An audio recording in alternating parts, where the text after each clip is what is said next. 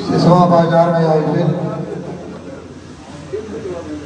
PDA panchayat सभा की अध्यक्षता कर रहे हमारे बहुत ही पुराने मित्र और सुचिंतक और बेदू पार के पूर्व प्रधान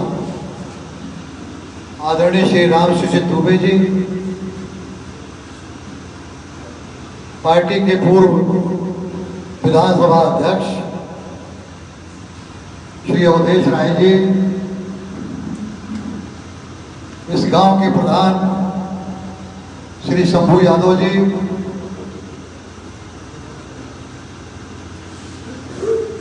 हमारे साथ चल रहे पार्टी के जिला सचिव श्री राजेश यादव जी, और नाम तो करीब सब लोगों का मैं जान रहा हूँ। दारा जी हैं, संतोष सिंह जी मेरे साथ चल रहे हैं, हीरालाल प्रसाद जी, अरविंद सिंह जी, प्रभु यादव जी, केशव बाबू छेदी सिंह जी, किस चिंता में डूबे हैं आप? छेदी बाबू इलाज कर फिर बीमार हो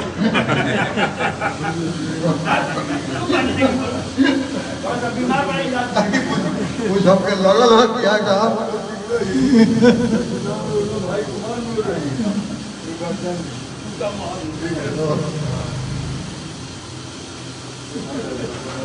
यूनिवर्सिटी से साक्षात्कार कराए श्री भारत सिंह जी, सतेंद्र जी, बजरंगी तिवारी जी,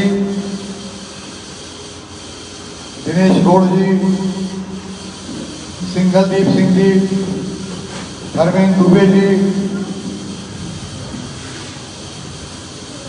हीरालाल, कीर्तन यादव, भगवती राय जी, और आपके साथ आए और लोग, कामाख्या सिंह जी, उदय जी। भाई जेडी साहब, आप मोहन भाई के क्या है, कौन है आप? लड़की के लड़के हैं, तिलक यादव है आपके बड़े भाई, तिलक यादव के बड़े भाई तिलक यादव। मोहन यादव के लड़का नहीं है, उनका हमारे बहुत ही पुराने और बहुत ही मजबूत साथी थे, बराबर में मुझसे हिसाब किताब और झगड़ा करते थे। इसलिए जब सभी हमारे साथियों बहुत सी बातें आई हैं, मैंने दो एक बार आप लोगों को संगठन के दृष्टिकोण से, और अवधेश राय जी ने बहुत अच्छा काम किया है, आप बहुत मेहनत करके काम किया है, वो यहाँ पे बताना भी चाहते थे, लेकिन मैंने रोका है। रोका मैंने इसलिए है कि मैं आज की तारीख में आपकी आंखों में हूं, आपके दिल में हूं, लेकिन संगठन की नजर में मैं केवल एक पार्टी का सक्रिय कार्यकर्ता हूं, मेरी दूसरी और कोई हैसियत नहीं है। और मुझे आए हुए 1 साल से ज्यादा हो गया, मैं उसको दोहराना नहीं चाहता, लेकिन मैंने जब पिछली मासिक बैठक हुई थी वो कुशीनगर में, नहीं बड़रौना में, तो मैंने उस समय कहा भी था, मैंने कहा था कि हमको जो संगठन है समाजवादी पार्टी का, वो सिवरही में, तमकुई में हमको अभी तक मान्यता नहीं दे पाया है, हमें उससे मान्यता नहीं मिली,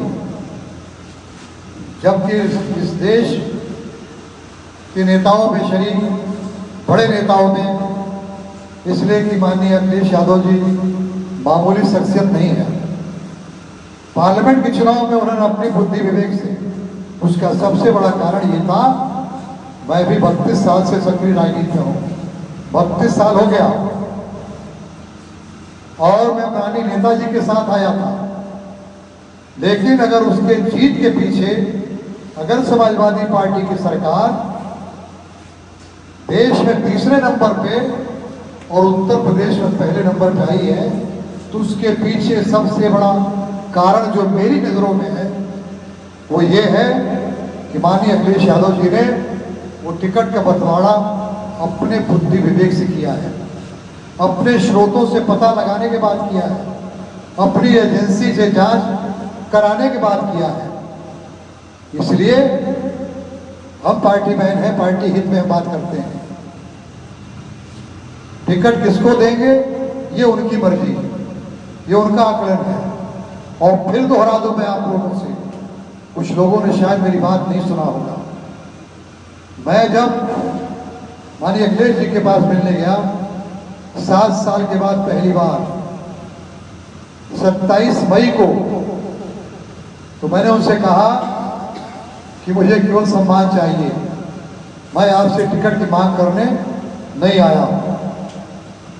मैं लड़ने लायक हूँगा, जीतने लायक होऊंगा तो मुझको लड़ाइएगा, वरना जो वहां पे जीतने लायक होगा, लड़ने लायक होगा, उसको लड़ाइएगा, क्योंकि हमारा लक्ष्य आपको मुख्यमंत्री बनाना है और उत्तर प्रदेश में समाजवादी पार्टी की सरकार बनाना है। इसलिए हर व्यक्ति की नीयत ये होनी चाहिए।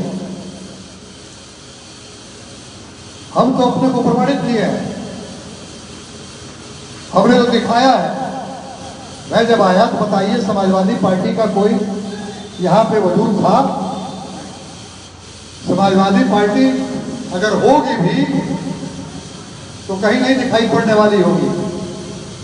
तो हमने तो 96 में, 2002 में, 2007 में, 2012, 2017 5 चुनाव लड़ करके ये प्रमाणित किया कि अगर मैं लड़ूंगा तो मैं जीतूं या ना जीतूं, भारतीय जनता पार्टी नहीं जीत पाएगी। और वही 22 में नहीं लड़ा मैं तो भारतीय जनता पार्टी जीत गई। मैं संगठन के बारे में इसलिए कहना चाहता हूं कि संगठन बंद हुआ है। संगठन में साल भर के अंदर मैं सूचना के तौर बता रहा हूं आपको।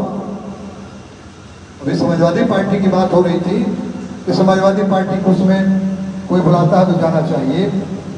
मुझे विधानसभा की बैठकों में भी एक बार भी नहीं बुलाया गया, लेकिन मैंने कहीं कोई बात नहीं की। संगठन मौका मिलेगा, जिस किसी को भी बनाएंगे विधानसभा अध्यक्ष, और वो अगर जिम्मेदारी लोगों के बीच में बांटेगा। ये संगठन वाला काम तब होगा जबकि विधानसभा स्तर पे और बाबू हमारे पूरी मोहित अक्षरा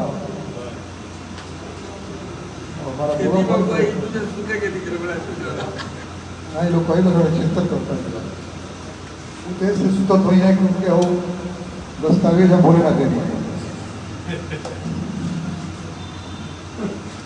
वो सब काम आएगा, जितना आपने मेहनत किया मेरे कहने पे वो काम आएगा। वक्त का इंतजार करिए, वक्त आने दीजिए। और एक बड़ी अच्छी बात किया है उन्होंने, हमारा याद आई हवे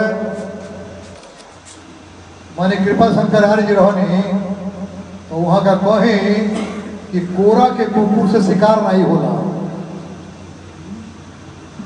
कोरा के कुकुर से शिकार नहीं होला। वही तरह से अगर संगठन में जिम्मेदारी छुहा के मोहा के अपन ही तो ना दे के अगर दिहल जाए तो निश्चित तौर पे जो जिम्मेदारी बा जिम्मेदारी के निर्वाह वो पदाधिकारी नहीं कर पाए। ऐसे मेरी के चुनाव इस बार नहीं तो फिर नहीं, आखिरी बार समाजवादी पार्टी को खड़ा होने का ये मौका है।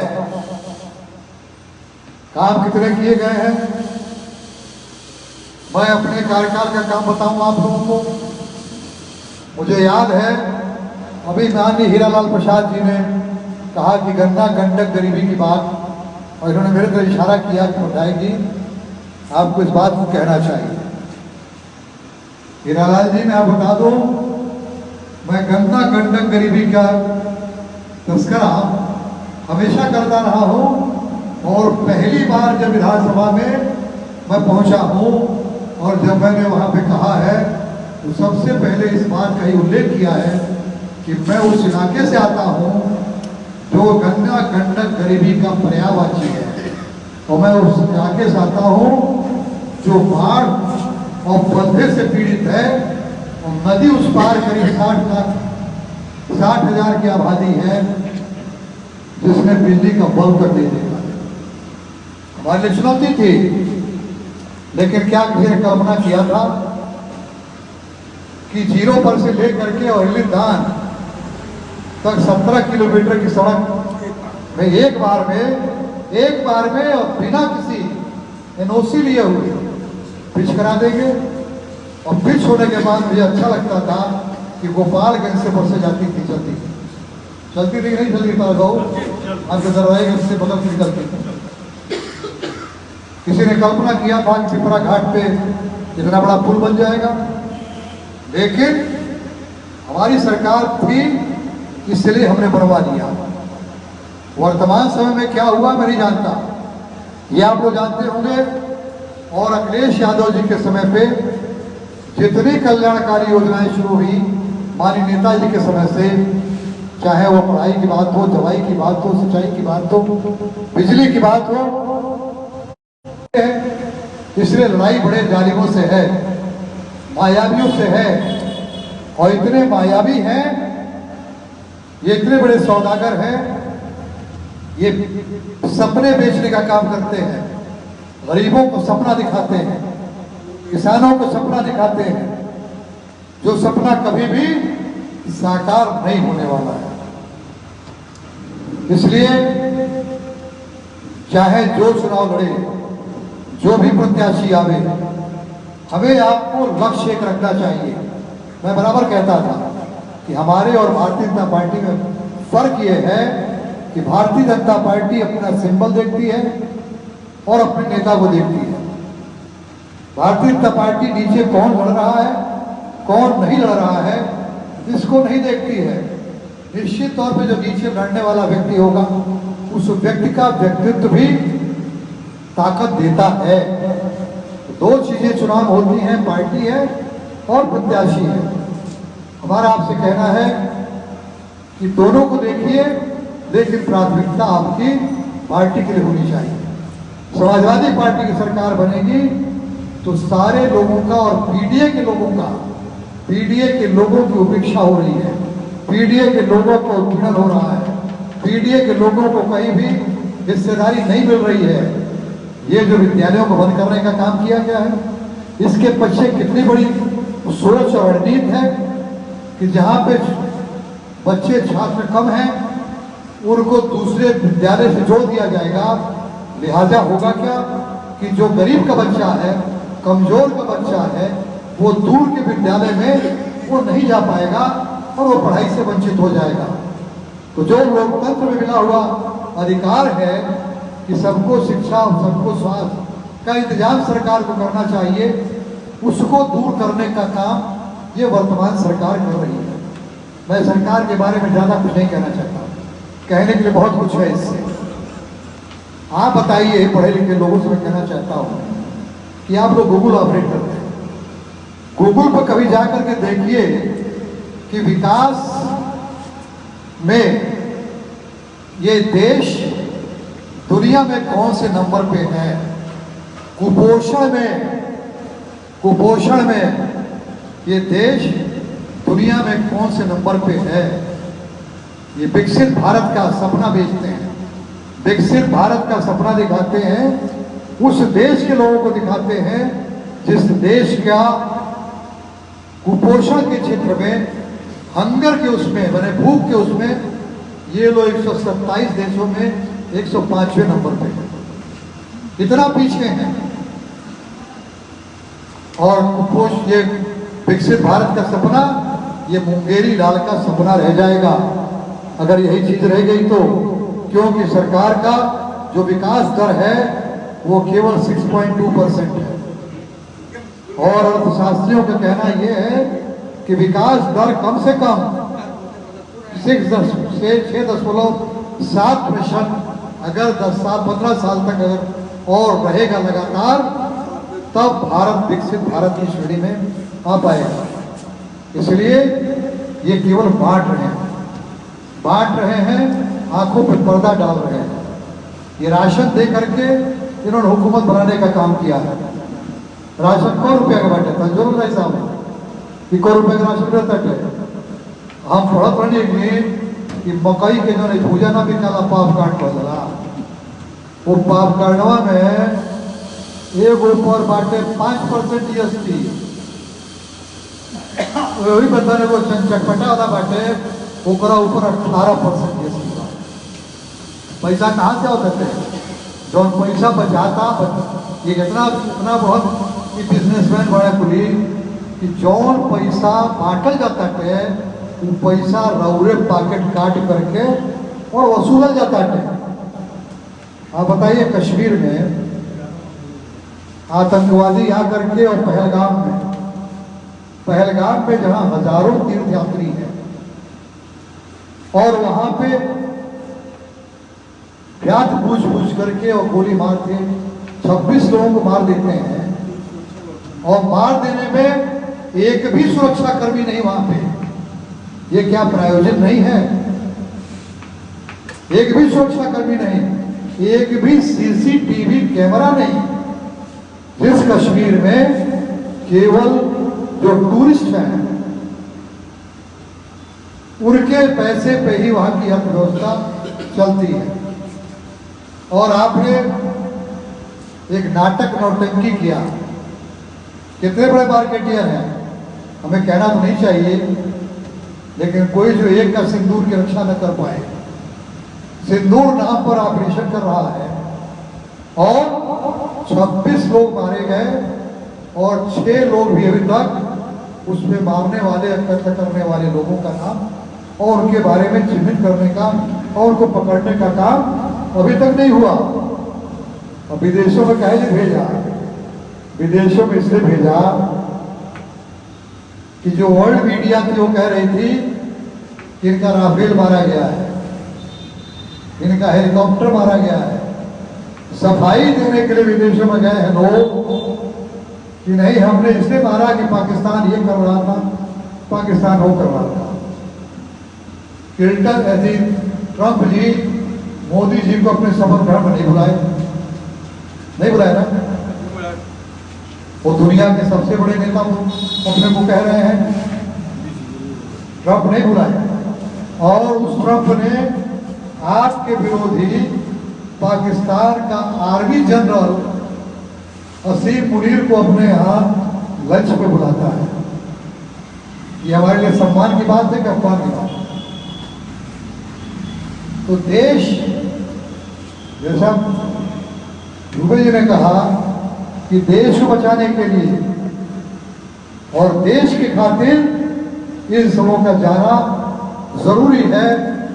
और जो किनारे रहेंगे उनके लिए केवल हम यही कहेंगे कि समर शेष है नहीं पाप का, भागी केवल व्याघ्र, जो तपस्या है समय लिखेगा उनका भी इतिहास। किनारे रह करके इस व्यवस्था परिवर्तन की लड़ाई में किनारे रह करके आप देश के प्रति अपने कर्तव्यों का निर्वहन नहीं कर पाएंगे, नहीं करेंगे, और आपको देशभक्त कहलाने का हक और अधिकार नहीं रहेगा।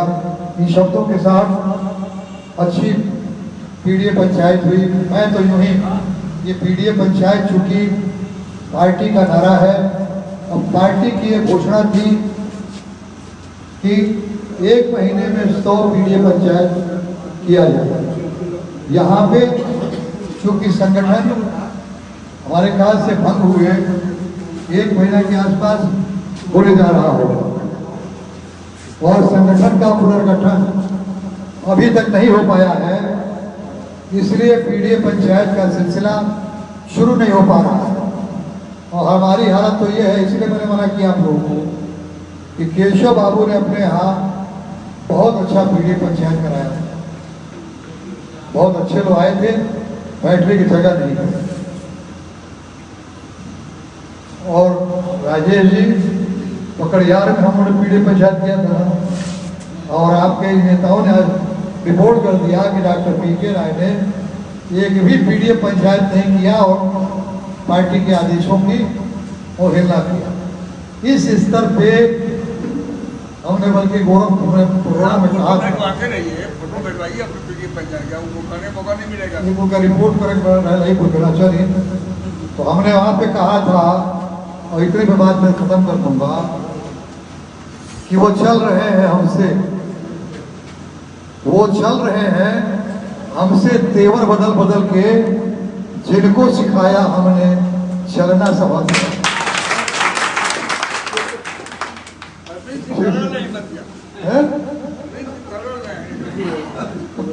नहीं तो इसलिए जो है आप लोग इतनी संख्या में आए हैं, मैं आप सब लोगों का फिर से हार्दिक स्वागत करता हूं।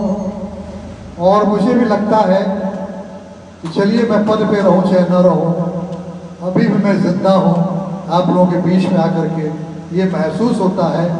और 9 तारीख को पिछली बार वह विद्या तो नेहरू को सिखाई कि यो लोग जब बैठे बहस करे लो, और बहस करने के लिए जरूरी है कि जानते रहिए कि क्या हो रहा है, कानून व्यवस्था क्या स्थिति है, स्कूलों के बारे में क्या हो रहा है। अभी चल रहा था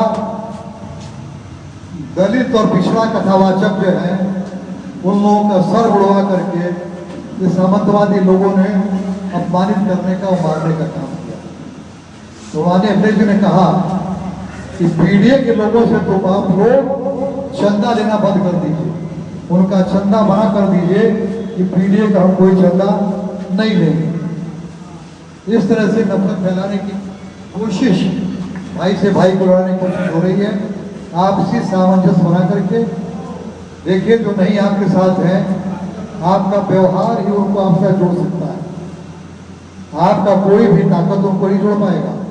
आपकी शालीनता, आपकी विनम्रता, आपका व्यवहार जब ठीक रहेगा तो आपसे अलग रहने वाला व्यक्ति भी आपके साथ आएगा। इन्हीं शब्दों के साथ आप सब लोगों को बहुत बहुत धन्यवाद।